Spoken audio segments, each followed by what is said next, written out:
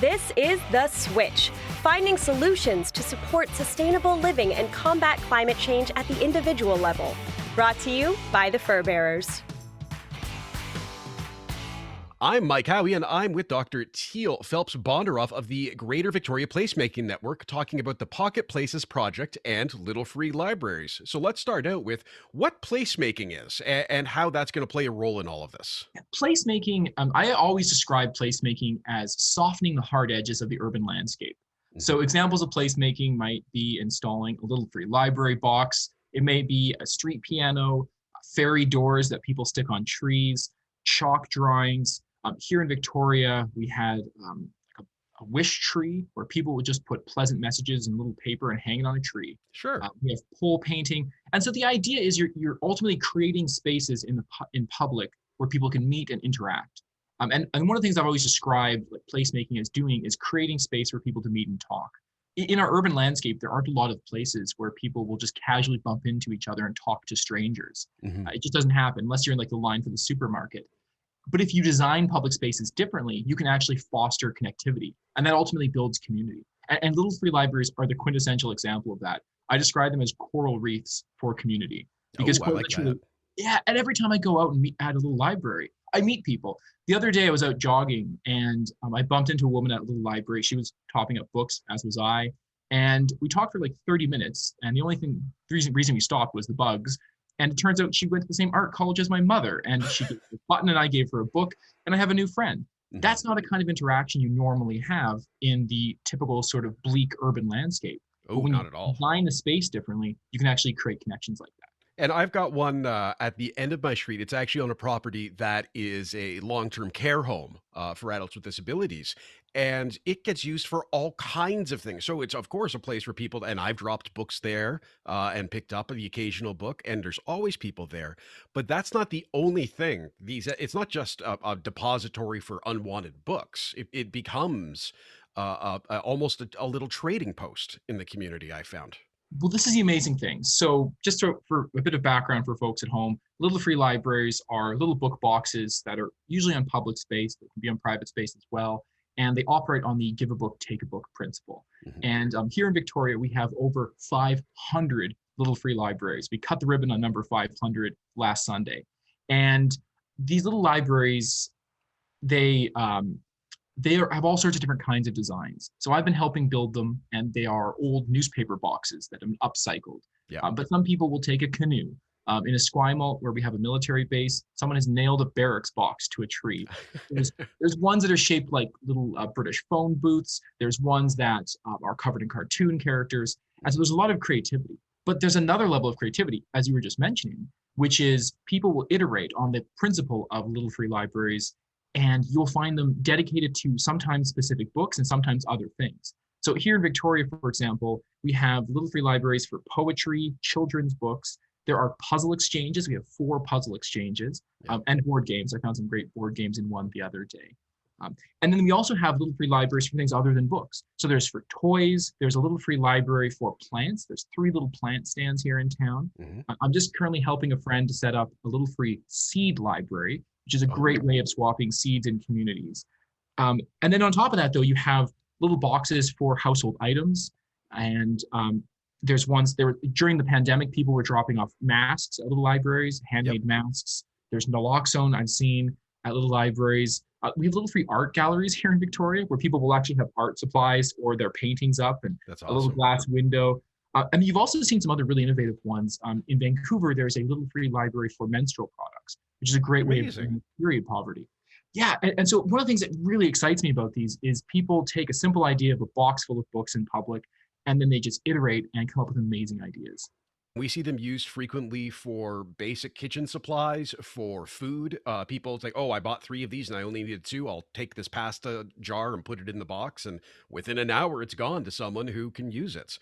Speaking, though, a little bit, the environmental impact of these and how they help with environmental issues. And you, in your list of ways they're being used, I picked out a few that I can think of. But what are the ones that jump out at you as sort of positive impacts to the community in terms of carbon footprint or climate change fighting? The first one is community in and of itself. We have a lot of problems in the world, and there's a lot of complicated solutions that we need to be working on. But the first step, or a critical step in that process, is community. We can't do these things alone. So little free libraries ultimately help create the connectivity we need to help transform our world. And not only that, but they can actually serve to spread information. So in addition to, I regularly go out with a bike trailer and top up little libraries. We're about to hit our 40,000th book in the last 4 years. I'm very proud of. But in addition to dropping off books, I drop off all sorts of other things. So I've done stamp collecting starter packs for the local Philately Society. We had bingo cards, so people can go find bingo cards at little libraries, and then they can go around and have a game to play. Mm-hmm. But we've also been giving out more meaningful information. We did a fundraiser, this is the Greater Victoria Placemaking Network did a fundraiser last month where we raised $6,000 to purchase 900 copies of the Truth and Reconciliation Calls to Action. Oh, that's brilliant. Booklet. Yeah, and we'll be going out dropping those off, 2 copies to every library in the city next month when they arrive. And so it's a way of spreading really important information that the community needs. So they aren't just sort of a passive way of getting books, but that's another way that they help the environment, which is through recycling and reusing. We talk about the 3 R's, right? Recycling is actually very energy intensive. If you don't throw something out, but you reuse it or you share it, that is a way better use of a product. And we've given like a 2nd, 3rd, 5th, 10th life to many books. We have a local bookseller who will donate all the books that they can't quite sell because they're not quite good enough to sell, but they're also like not bad enough to just recycle. And they give us thousands of books a month, and then we help put those out in little libraries. And those would be books that would otherwise be going in the landfill or being pulped. And so that's one way. But then you also see these other innovative ways, for example, like little free plant stands help encourage people to be doing gardening, to be growing their own food, to build up, food security and resilience.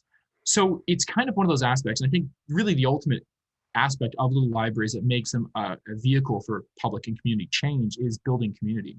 There's also something quite radical about this idea of just sort of non-ownership, right? This is a free library. And it's always fun. Every so often you'll get an email from someone that says, oh, someone stole some books out of my little library. No, they didn't. How? How is that possible? These are free books, And I appreciate if someone comes and takes more books than you think they should have taken. But if that person needed 12 copies of Louis L'Amour, you know what? That's fine. Right? If you need to restock your Danielle Steele collection with every book in that one library in the corner, that's a public service. So I find that there's something sort of deeply radical about little libraries as well, which is this idea of the sharing economy. And we're not talking about the sharing economy of Uber and Airbnb. We're talking about sort of the real, in air quotes, sharing economy of non-ownership. One other quick example I'd have would be my partner was instrumental in helping set up the Victoria Tool Library. Mm-hmm. And the principle there is exactly the same. You don't need to own a tool. You just need a hole in the wall. You don't need to own a drill. And the same thing with the little libraries. You probably don't need to own that trashy book of fiction. You just want to read it in the afternoon and then send it along to another neighbor. Absolutely. So there's a really important way that they help save our world and make our world a better place in that way. And I love them, but not everyone does. So we've only got about 1:40 left for our episode, but very quickly, there is a nonprofit brand of free little libraries. And in my research for this, I came across some folks who were generally unhappy with it and see it as sometimes an attempt to replace libraries, and also did a lot of, and I'm not sure of the accurate term, but you know the one I'm referencing, so I'll let you say it, but more or less the idea that this is kind of a show off or virtue signal type project to undertake. What are your thoughts on that? I did get into a bit of a tussle with, I think, some of the radical librarians you're talking about. Mm-hmm. And they did some research where basically they were trying to find out where are little free libraries located, mapped out. And their study found that they tend to be in wealthier, whiter communities. And I've sort of challenged them on their methodology because the map they were using was from an organization called littlefreelibrary.org, which they've mapped out over 100,000 little libraries around the world, but they do so by selling people a $60 plaque. So not everyone has a $60 plaque. And so if you are using that map, you're ultimately going to be selecting for libraries owned by people who have a bit more money on disposable income. When I look at Victoria, we have over 500 little libraries on our map, and the other organization has about 16 on theirs. So you can imagine of all the maps on their map, there are other little libraries that exist. However, they may not be wrong. When I say wealthier, whiter communities, that also describes Victoria in and of itself. True. And so one of the things that you do notice is really nice libraries with really excellent books tend to be in wealthier communities. This is one of the reasons I go around with a bike trailer to top up collections to keep the collections fresh. But also, the city of Red Deer, Alberta, has a program where they have little libraries on buses. So the buses are moving through the communities, and so they're not stationary items. And they have people who have different needs that help stock the libraries and the buses. It's a beautiful project, and everybody wins. But I think, one of the other aspects is, you asked whether these can replace libraries, and ultimately, of course not, because a public library isn't just about books. These days, there's actually fewer books. They're more about internet access and services and a whole bunch of other aspects. But during the pandemic here in Victoria, a lot of libraries closed or had limited access. And so little free libraries were really the only source for people to access books. But they're also kind of different worlds, right? If you really need a specific book, you go buy it at a local bookshop and hopefully from an ethical online provider.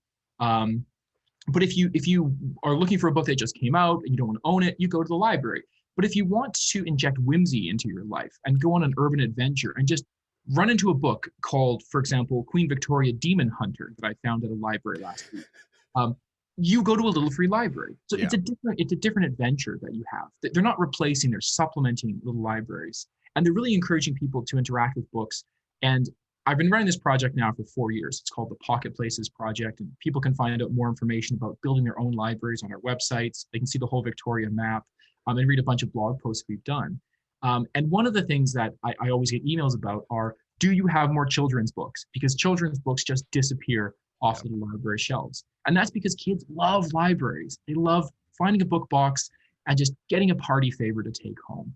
And so that's kind of why I've always described little free libraries as sort of the entry into placemaking.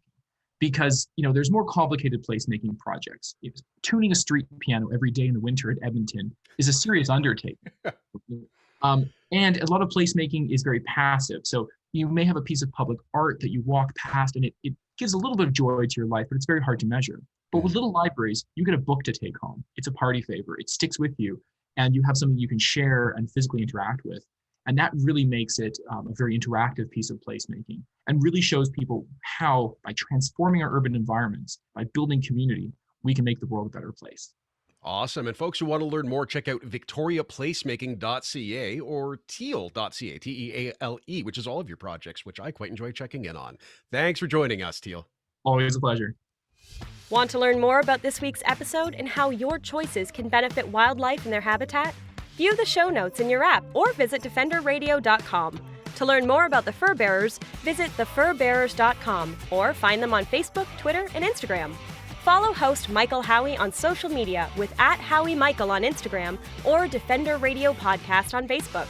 Subscribe or follow Defender Radio to get notified about new episodes of The Switch and Defender Radio right on your smart device. Thanks for listening.